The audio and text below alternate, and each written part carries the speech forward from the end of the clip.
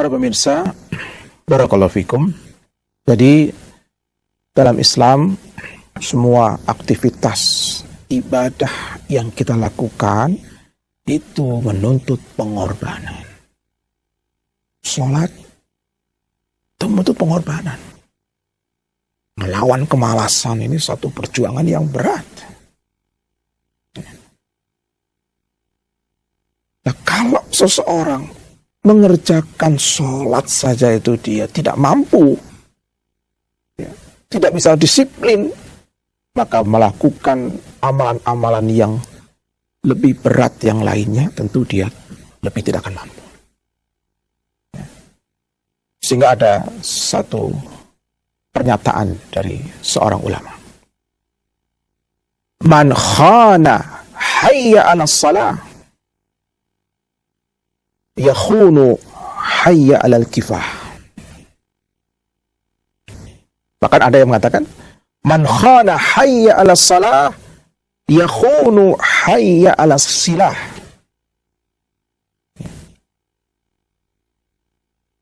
Redaksinya berbeda tetapi intinya itu sama.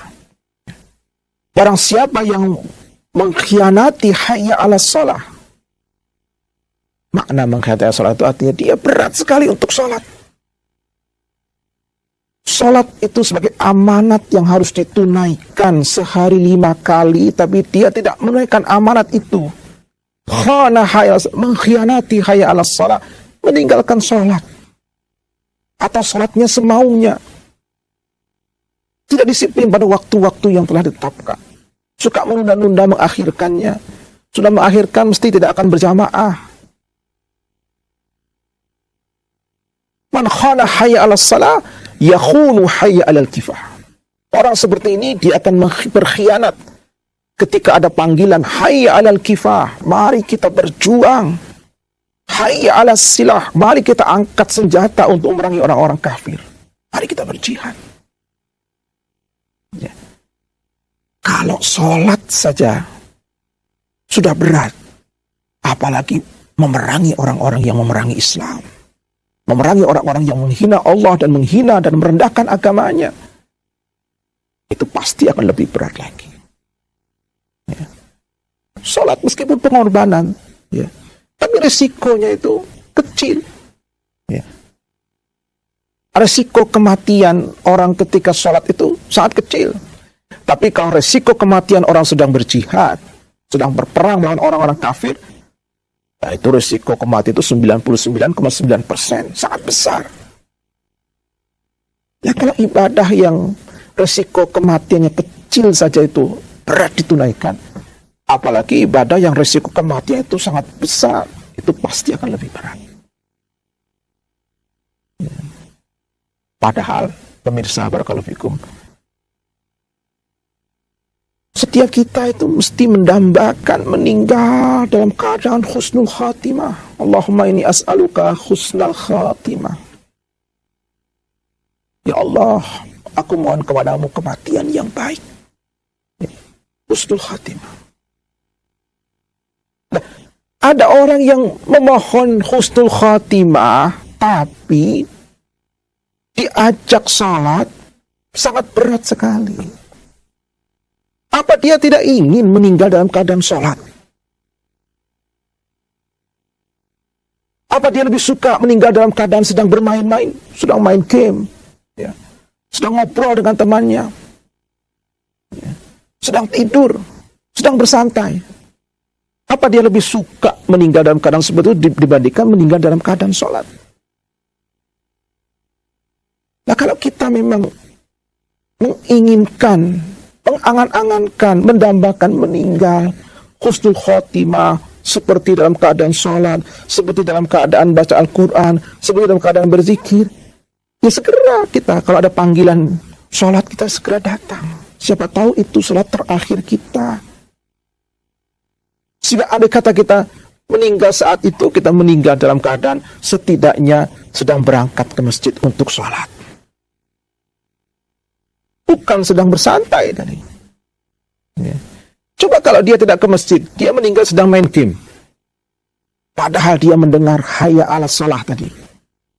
Tapi dia tidak bergegas. Akhirnya dia meninggal dunia ketika tangannya memegang handphonenya. Apa hujah yang akan disampaikan di hadapan Allah ketika nanti ditanya, mengapa engkau tidak tinggalkan kemo sementara panggilan hayya 'alas shalah sudah engkau dengarkan? Apa hujah kita?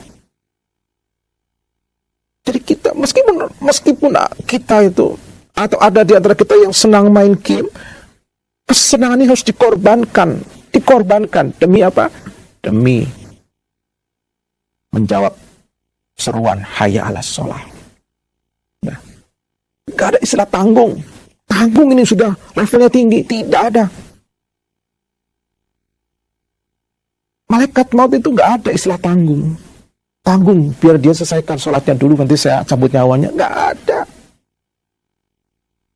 Kalau memang sudah saat ajalnya, tidak ja'a ajaluhum la yastakhiruna sa'atan wa la yastaqdimun, tidak akan diperlambat, tidak pula dipercepat. Ya. On time dia akan mencabut nyawa seseorang. Maka mari kita berkorban. Kita korbankan kesenangan kita untuk mendapatkan keridhaan Allah. Kita korbankan waktu kita demi bisa bertakarub kepada Allah. Dan kita korbankan sebagian harta yang kita miliki untuk melakukan ketaatan kepada Allah. Kalau bicara korban harta, tentu tidak ada yang lebih afdal. Kita berkorban harta melebihi kita membeli dengan harta kita seekor hewan untuk korban. Apakah itu kambing? Apakah itu seekor sapi atau 1 dari 7 bagian sapi? Ikut kita korban. Ya. Ini bagian daripada berkorban, mengorbankan harta kita. Karena ini konsekuensi. Allah sudah perintahkan wanhar, wasalli li rabbika wanhar. Korbanlah, sembelihlah korban. Jadi kalau kita punya kelapangan rezeki, tapi kita tidak mau berkorban dengan sebagian uang kita, Rasul mengatakan fala yaqrabanna musallana. Orang yang mampu tidak mau berkorban, tidak mau membeli hewan korban, jangan dekati tempat sholat kami, jangan dekati musola kami, jangan dekat-dekat sholat bersama kami. Orang yang tidak mau mengorbankan sebagian hartanya, dia pasti akan sangat berat mengorbankan jiwanya. Pasti itu. Ya, kalau harta kita korbankan sekarang, besok kita dapat, bahkan mungkin kita akan dapat lebih banyak dibanding apa yang kita keluarkan. Ya, kalau kita melakukan sesuatu yang masih banyak peluang dapat ganti yang lebih banyak saja kita berat, apalagi mengorbankan nyawa yang hanya satu-satunya, itu pasti akan lebih berat lagi. Sementara puncak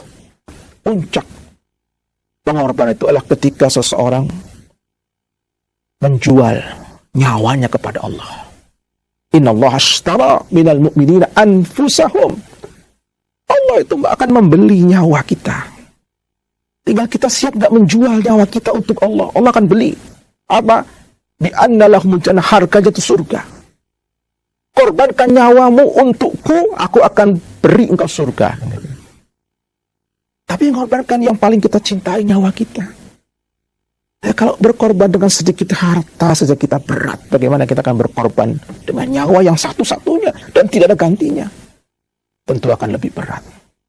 Tetapi masalahnya, berat atau tidak berat, pada saatnya nyawa kita akan dicabut oleh Allah.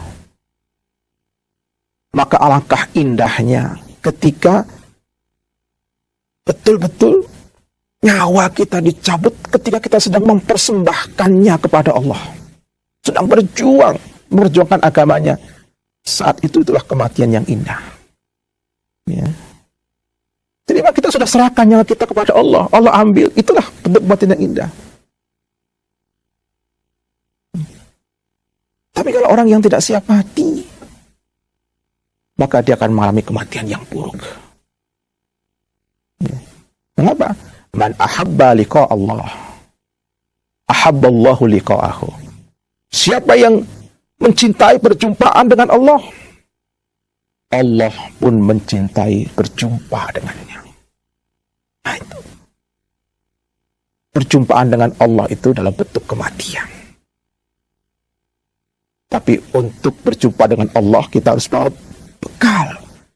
Nah, bekal itulah segala bentuk pengorbanan yang kita lakukan dalam rangka beribadah kepada Allah Subhanahu wa Ta'ala.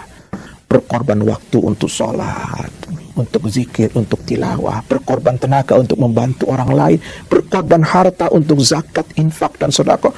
Pengorbanan itulah yang akan jadi bekal kita ketika liqa Allah, menghadap Allah.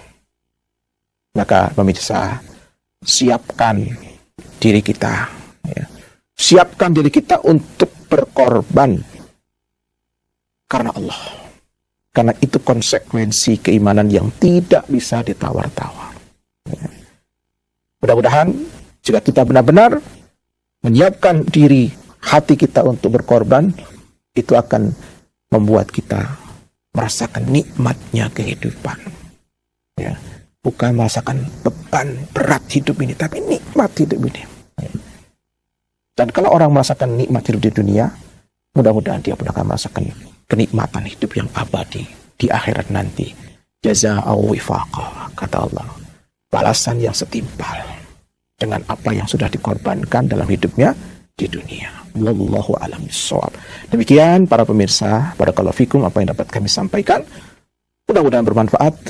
Dan mudah-mudahan kita diberikan kekuatan, keistiqomahan, ya, untuk bisa menapaki, ya, jalan Islam, jalan perjuangan Islam hingga kita diwafatkan oleh Allah Subhanahu wa Ta'ala kelak. Aku qouli hadza. Wallahu waliyut taufik. Wassalamualaikum warahmatullahi wabarakatuh.